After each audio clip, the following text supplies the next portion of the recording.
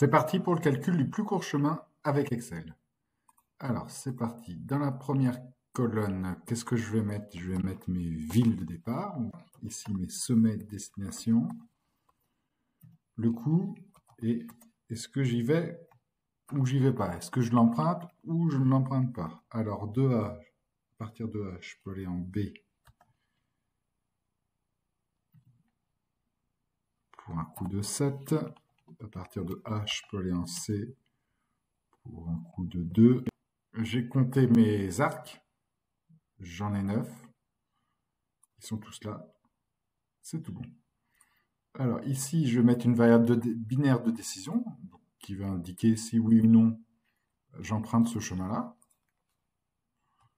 Si je fais ça, qu'est-ce que ça veut dire? Je prends l'arc de A vers B et ensuite je vais pouvoir dire par exemple que je prends celui de B vers D. Et donc là, j'ai bien parcouru la route. Je pars de A et je vais vers D. Combien ça me coûte? Hop, ça me prod des coûts des chemins que j'emprunte.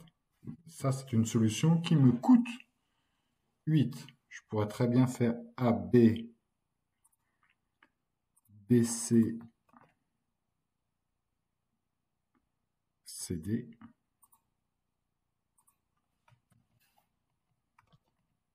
C'est une moins bonne solution. Je vais essayer de lancer le solver en l'état. Je vais essayer de faire quoi ici? De minimiser. Voilà, des 13, c'est bon. J'essaie de le minimiser. Hop, je saisis mes variables de décision. Et je vais dire que ces variables de décision, elles ont la contrainte d'être binaires. Elles valent soit 0, soit 1. Hop, je lance la résolution. Gros malin qu'il est, bah oui. Je veux minimiser le coût total. Bah, il suffit de dire que je prends aucun arc. Et là, je suis à 0. Bon, il manque un petit quelque chose. Il manque une notion de flux entrant et de flux sortant. Je vais mettre mes nœuds ici. Qu'est-ce que j'ai comme nœud? A, B.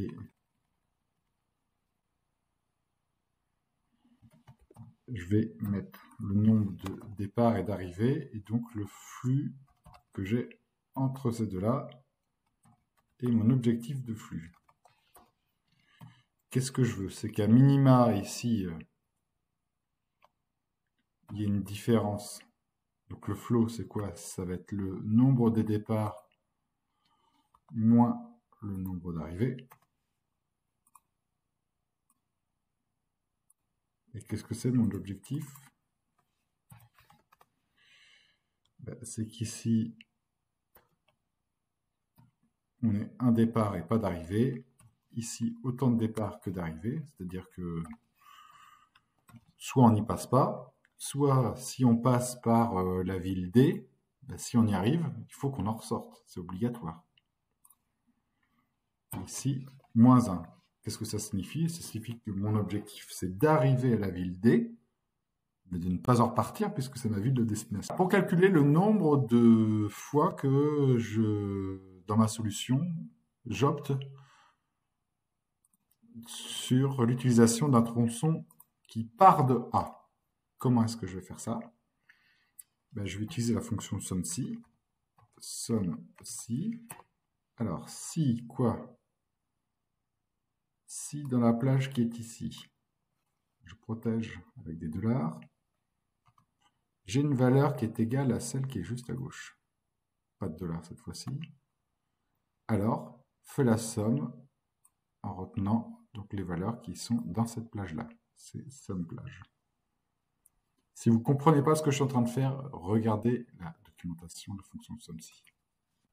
Je protège par un $. Et je recopie. On vérifie ici. OK. Dans cette case, on regarde le nombre de fois que l'on prend un tronçon qui part de la case D. Vérification ici. Voilà, ça c'est bon. On va faire la même chose pour les arrivées, toujours avec la fonction SUMSI. Alors, dans quelle plage je vais regarder? Dans celle-ci.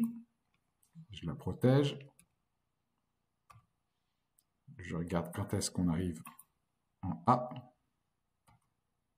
Et dans quelle plage je vais faire la somme? Dans celle-ci. Et je la protège. On étire la fonction. OK. Qu'est-ce que c'est ma solution ici? Ben, je pars une fois de A, j'arrive une fois en C, je pars une fois de D, j'arrive une fois en E. On va rajouter une contrainte ici, c'est que notre flux, il est égal à l'objectif qu'on s'est donné. Qu'est-ce que c'est cet objectif? C'est que sur la ville de départ, qui est A, j'ai qu'un flux sortant, et sur la ville d'arrivée, j'ai qu'un flux entrant, et entre les deux, ben, la somme des flux doit être égale à 0. Si on y arrive, on a l'obligation de ressortir, et si on n'y arrive pas, ben, on n'en sort pas. Okay. Avant de lancer la résolution avec le simplex, je vais corriger la petite erreur qui s'est glissée ici. Ma ville de destination, ce n'est pas F, c'est D. Qu'est-ce que ça signifie?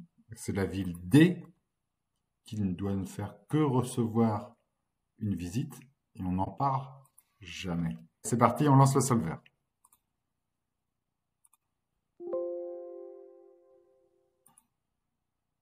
Alors, j'ai réussi à faire un parcours qui me coûte 6.